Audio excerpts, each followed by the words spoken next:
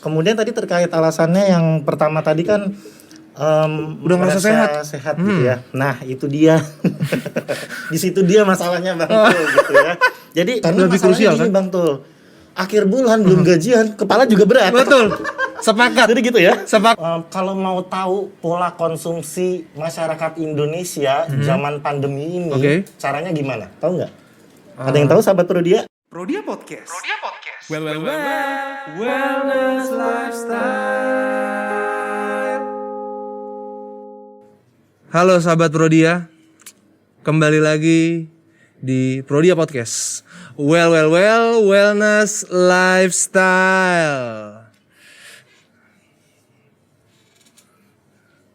Mungkin hari ini agak asing karena saya jadinya sendiri gitu. Kenapa tidak ada Mas Gan? Mungkin ada pertanyaan seperti itu karena cuma saya sendiri. Tidak apa-apa. Tidak ada Mas Gan, tidak apa-apa. Mungkin next time akan ada Mas Gan. Tapi kali ini bersama Bang Tul dulu gitu ya. Oke. Tidak akan mengurangi esensinya. Tidak akan mengurangi keseruannya. Kita akan bahas lagi, gali-gali lagi lebih dalam tentang berbagai macam topik kesehatan. Dan kali ini aku mau ngajak kita untuk recall episode 2. Saat episode 2 itu kita bahas tentang gen aku gaya hidup sehatku. Sahabat Prodia yang sudah dengar atau yang belum dengar, pause dulu di sini kalau belum dengar dan langsung dengar dulu episode 2 supaya inline gitu dengan episode ini. Jadi, di episode 2 itu buat yang udah dengar, kita tuh udah bahas tentang bagaimana akhirnya kebiasaan orang-orang di masa pandemi ini. WFH, terus mau coping stres, tidak bisa holiday karena mau traveling juga birokrasinya memang diperketat gitu kan supaya penyebaran virus itu juga ditekan seperti itu. Terus kita udah menjalani normal yang baru sampai kurang lebih 1 tahun. Terus tingkat kesadaran akan kesehatan juga meningkat. Care cuci tangan, pakai masker, minum vitamin, berjemur. Banyak hal yang sudah dilakukan oleh orang-orang gitu ya. Dengan aware-nya dengan kesehatan itu. Terus yang ada istilah PSBB sampai udah PPKM level 1, 2, 3, 4. 4 level sudah berlalu dan ada naik turun 4. Habis itu 2, dinaikin lagi jadi 3, dinaikin lagi jadi 4, balik lagi jadi 2 sekarang di Jakarta. Dan setelah kita recall tadi, kita aplikasi Peduli Lindungi juga menjadi sahabat daripada sahabat Prodia kalau mau kemana-mana gitu kan. Kalau apalagi mungkin sahabat Prodia ada yang pernah plus, terus di aplikasinya sekarang kalau plus udah positif langsung berubah jadi hitam. Mungkin sahabat Prodia ada yang sudah ngalamin, tapi yang belum ngalamin kalau bisa jangan ngalamin. Oke? Jangan sampai aplikasi Peduli Lindungi jadi hitam warnanya. Karena itu artinya Anda harus isoman gitu. Oke? Nah, terus aku juga mau cerita sedikit tentang vaksinasi di Indonesia. Di Indonesia, total vaksinasi yang pertama, itu kita sudah menyentuh angka 92,01%. Yeay! Ada sound effect-nya nanti dibikin. Yeay! Total vaksinasi kedua, kita sudah di angka 70,38%. Booster atau vaksinasi ketiga itu sudah di angka 5,51%. Ini update vaksinasi COVID-19 di Indonesia versi Kemenkes. Jadi valid ya. Per 4 Maret 2022 pukul 6 sore. Itu kalau sekarang nih kami taping 14 Maret. Itu berarti 10 hari yang lalu ini datanya. Jadi valid ya. Sudah sebanyak itu progres daripada vaksinasi di Indonesia. Dan di covid19.go.id itu juga ada artikel yang mengatakan kalau capaian vaksinasi COVID-19 di Indonesia itu naik ke peringkat 4 dunia. Wow. Betapa banyaknya masyarakat Indonesia yang sudah divaksin. Bahkan di perjalanan sekarang sudah ada varian baru, Omicron, yang cukup gesit untuk menginfeksi kalau tidak taat prokes. Sebenarnya pun memang agak riskan juga ya, seketat-ketatnya kita prokes juga kadang-kadang ada yang kelolosan gitu. Saking segitu gesitnya penyebaran Omikron ini, bahkan sudah ada katanya sih ditemukan varian baru gitu. Tapi istilahnya belum resmikan gitu ya untuk jadi concern utama gitu. Ada namanya dibilang gabungan atau jogres daripada varian Delta dan juga Omikron, namanya Deltacron. Wow. Segitu pentingnya kita dengan segala hal yang terjadi di pandemi ini adalah untuk menjaga hidup sehat kita. Kenapa? Why kita harus menjaga hidup sehat kita? Supaya menambah kekuatan daripada proteksi kita terhadap virus ini. Gitu. Kita hari ini akan mengulik lebih dalam lagi tentang hidup sehat. Dan tentunya salah satu upayanya kita untuk melaksanakan hidup sehat itu memang ada. Kita bisa berolahraga, terus makan makanan yang bergizi tentunya ya. Tapi penting juga ada hal-hal yang mungkin tidak bisa kita lihat secara kasat mata gitu. Yang dimana kita bisa melakukannya dengan medical check up. Di sini kita akan menggali lebih dalam tentang medical check up. Dan di sini aku sudah ditemani dengan seorang dokter. Aku akan bacakan dulu namanya ya. Ada Dr. Rahmat Wisnu Hidayat, SPKO, which is yang aku tahu itu adalah kedokteran olahraga. Dan ada satu gelar lagi, sub.sp.apk dalam kurung. Jujur saya belum tahu gelar ini. Mungkin kita bisa langsung gali ke Dr. Wisnu ya. Apa kabar dok? Baik, Bang Tuh, alhamdulillah sehat. Terima kasih sudah bersedia untuk ngobrol di sini sama aku untuk membahas tentang medical check up ini. Iya. Tapi sebelum masuk ke dalam topik medical check up, aku mau ngulik tadi tentang gelar sub.sp.apk. Mungkin ini juga buat sahabat Prodia adalah gelar yang baru mungkin ya. Iya, mungkin ada yang merasa itu gelar. Boleh dijelaskan dok ini?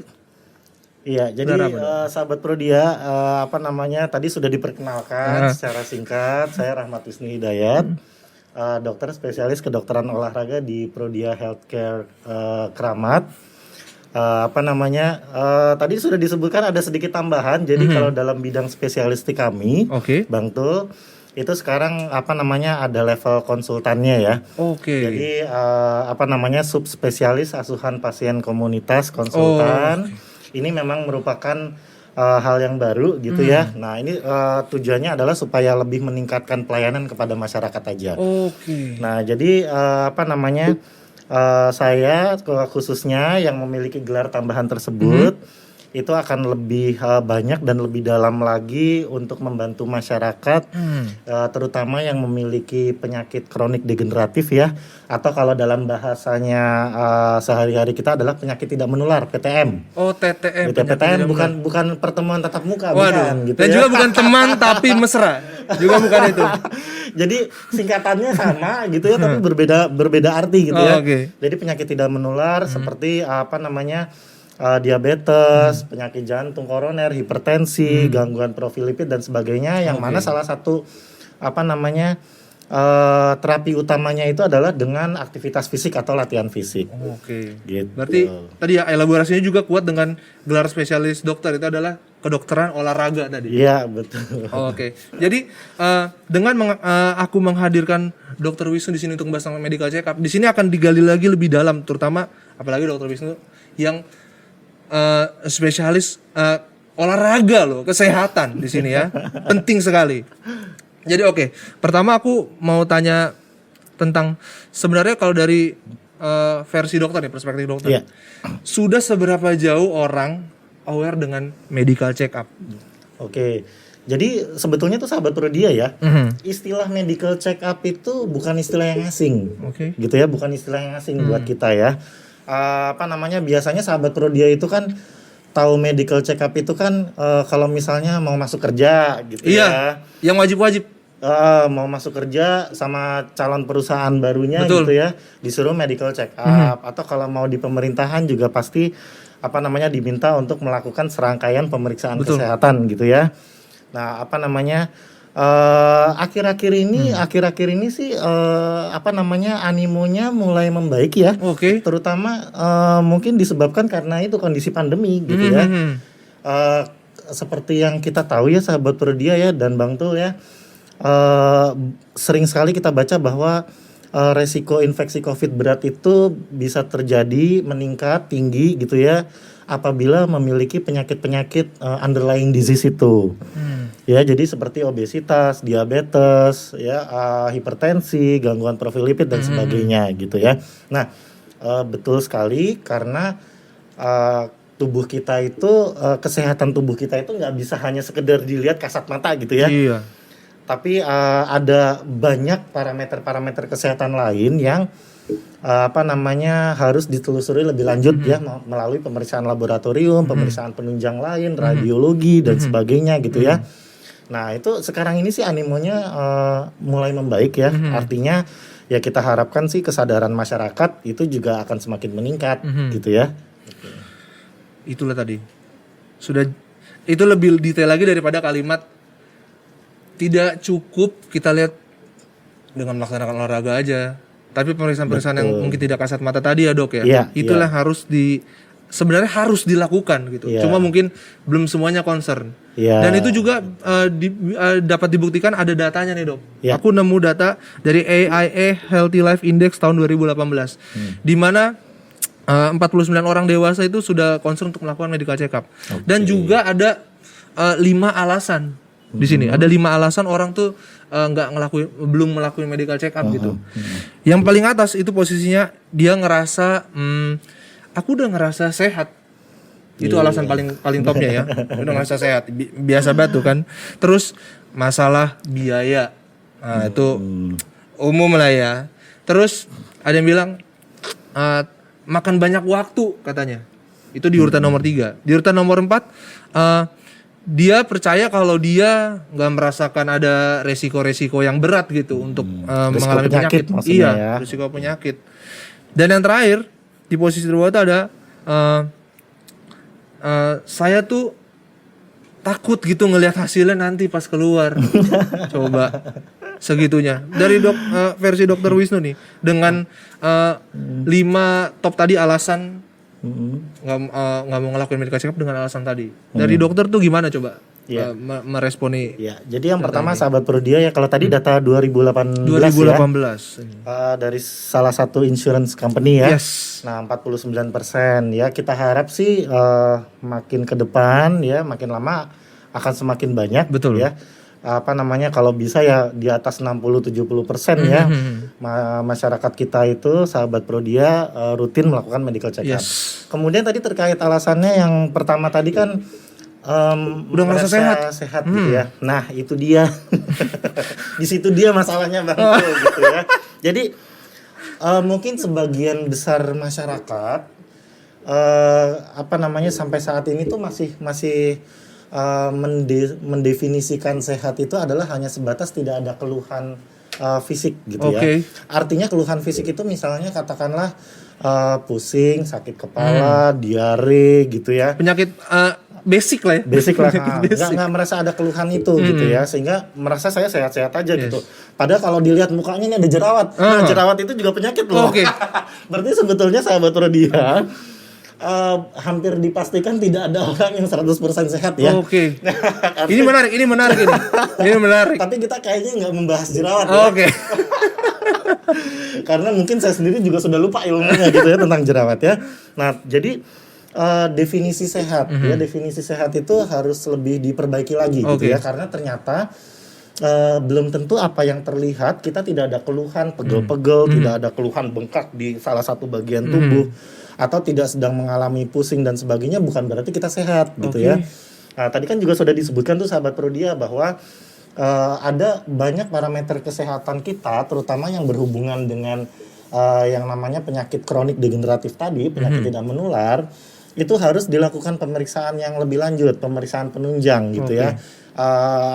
Kalau misalnya tekanan darah sih gampang ya dengan alat tensimeter dan sebagainya. Tapi kalau kita tidak melakukan pemeriksaan itu kan kita nggak tahu tekanan darahnya berapa, betul nggak? Betul. Kita hanya berasumsi Bang Tul, kepala gue lagi pusing nih gitu ya, kepala gue berat di belakangnya, ini jangan-jangan tensi gue naik. Jadi hanya berdasarkan persepsi aja, asumsi aja yang belum tentu benar. Itu yang justru karena lebih krusial kan? Bang Tul, akhir bulan belum gajian, kepala juga berat. Betul. Sepakat. Jadi gitu ya. Sepakat. Apakah ketika pusing karena itu artinya sakit? Ya mungkin saja. Mungkin saja, tapi belum tentu 100% gitu Iya. kan. Apa namanya? Berbagai masalah hidup gitu ya, problematika hidup itu sangat bisa menimbulkan rasanya kepala pusing ya, rasanya kepala berat dan sebagainya. Dan kemudian contoh misalnya kadar kolesterol gitu ya, kadar gula darah gitu ya, itu kalau tidak dilakukan pemeriksaan laboratorium ya kita nggak tahu gitu ya, karena kebanyakan penyakit-penyakit itu biasanya kalau ini contoh aja yang paling dekat yang paling dekat diabetes gitu ya. Oke. Itu biasanya menimbulkan keluhan kalau gula darah sewaktunya itu udah di atas 250 atau bahkan 300. Itu baru ada keluhannya, orangnya lemas ya, kemudian banyak kencing ya, dan sebagainya lah gitu ya, kesemutan gitu ya. Nah jadi itu sudah terlambat gitu loh. Padahal sekarang trennya itu ternyata penyakit diabetes itu makin muda, gitu ya, makin muda. Nah kemudian sama dengan obesitas, ini baru-baru kemarin awal Maret itu kita memperingati Hari Obesitas Internasional, gitu ya, Hari Obesitas Internasional. Nah jadi apa namanya, kalau tidak salah itu baru tahun lalu ya, akhirnya dokter-dokter ahli Eropa itu menyepakati bahwa obesitas itu adalah penyakit. Sebelumnya nggak dianggap penyakit dong? Masih banyak apa namanya pertimbangannya. Kalau dari Amerika itu sudah lebih dulu menyatakan bahwa obesitas itu penyakit. Itu kemudian dituangkan dalam ada yang namanya kode ICD-10, International Classification of Disease. Ya itu kode penyakit, kode diagnosis penyakit gitu ya. Nah tapi kalau nggak salah yang dari Eropa itu baru tahun 2021 kemarin akhirnya menyepakati bahwa obesitas itu adalah suatu penyakit. Nah contoh aja nih Bang Tul, kebanyakan dari kita itu kan berat badan itu tidak menjadi masalah gitu ya. Dan biasanya itu ini kalau bener-bener pure karena obesitasnya gitu ya, itu jarang pasien itu datang ke ruang praktek yang menyatakan bahwa dok saya mengalami kelebihan berat badan nih gitu ya, apa namanya saya pengen berat badan saya turun gitu. Nah itu masih jarang terjadi. Yang paling sering terjadi itu adalah sudah ada komplikasinya gitu. Jadi misalnya contoh dia datang obesitas dengan pemeriksaan laboratorium ya, ternyata kolesterolnya sudah tinggi, gula darahnya sudah tinggi, tekanan darahnya sudah tinggi, tapi pasien-pasien tersebut itu mengeluhkan tekanan darahnya, mengeluhkan gula darahnya, tidak mengeluhkan obesitasnya, badannya gitu. Atau yang kedua misalnya contohnya adalah lututnya nyeri. Lututnya nyeri ya karena apa namanya banyak aktivitas jalan, naik turun tangga, lututnya nyeri gitu ya. Nah yang dia concern itu adalah lututnya, keluhan di lututnya yang nyeri. Dia tidak mempermasalahkan berat badannya yang obesitas itu, padahal nyeri di lututnya itu ya, penyakit di persendian lututnya itu mulai terjadi apa namanya osteoartritis ya, atau peradangan sendi, terutama sendi-sendi besar tubuh. Itu faktor resikonya adalah obesitasnya. Gitu loh. Nah, jadi kita kembali lagi tadi ya, kembali lagi ke laptop ya. Lagi ke laptop. Nah, jadi apa namanya masih banyak orang yang memang persepsi untuk sehatnya itu perlu diperbaiki. Gitu ya, bahwa ternyata sebetulnya yang menurut kita itu sehat ya, padahal belum tentu seperti itu. Ya. Kemudian yang kedua, tadi yang kedua apa? Biaya ya, kalau biaya ya yang namanya biaya relatif ya. Gitu ya, relatif ya gitu ya. Ya mungkin sebagian besar masyarakat itu masih menganggap biaya medical check up itu mahal gitu ya. Tapi begini loh, maksud saya kalau kita ngomongin biaya gitu ya. Kalau kita mau pelesiran kok nggak sayang ya ngeluarin harga tiket.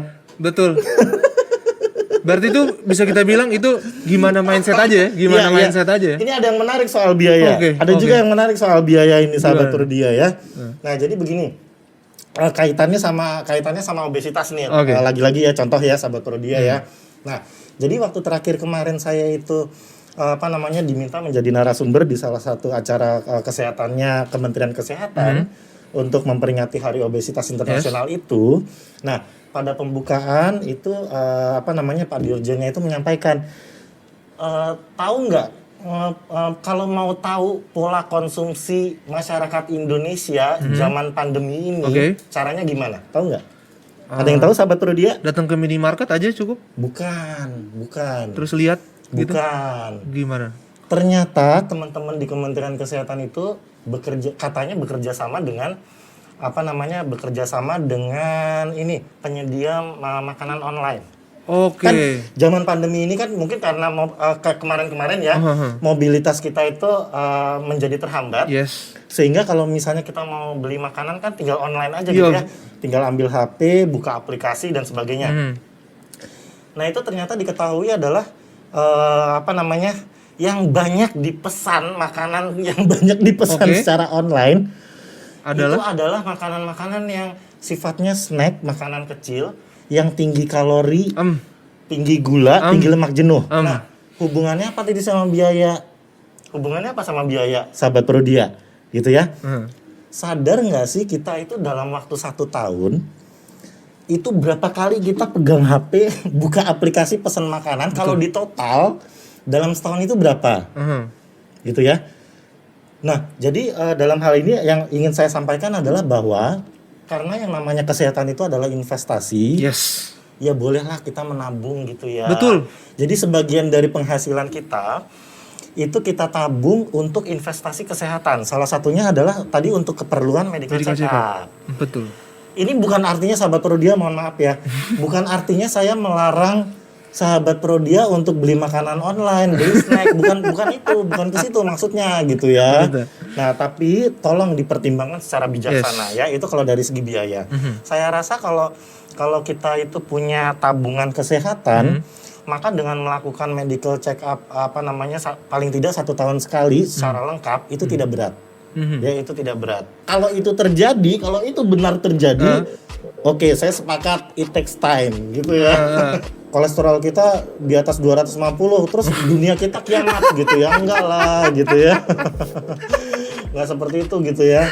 Kita kan bilang kan, oh anak itu kalau gemuk itu lucu gitu ya. Iya. Cabi lucu gitu ya, gemes, sehat gitu. Padahal ternyata sahabat Prodia dan Bang tuh salah.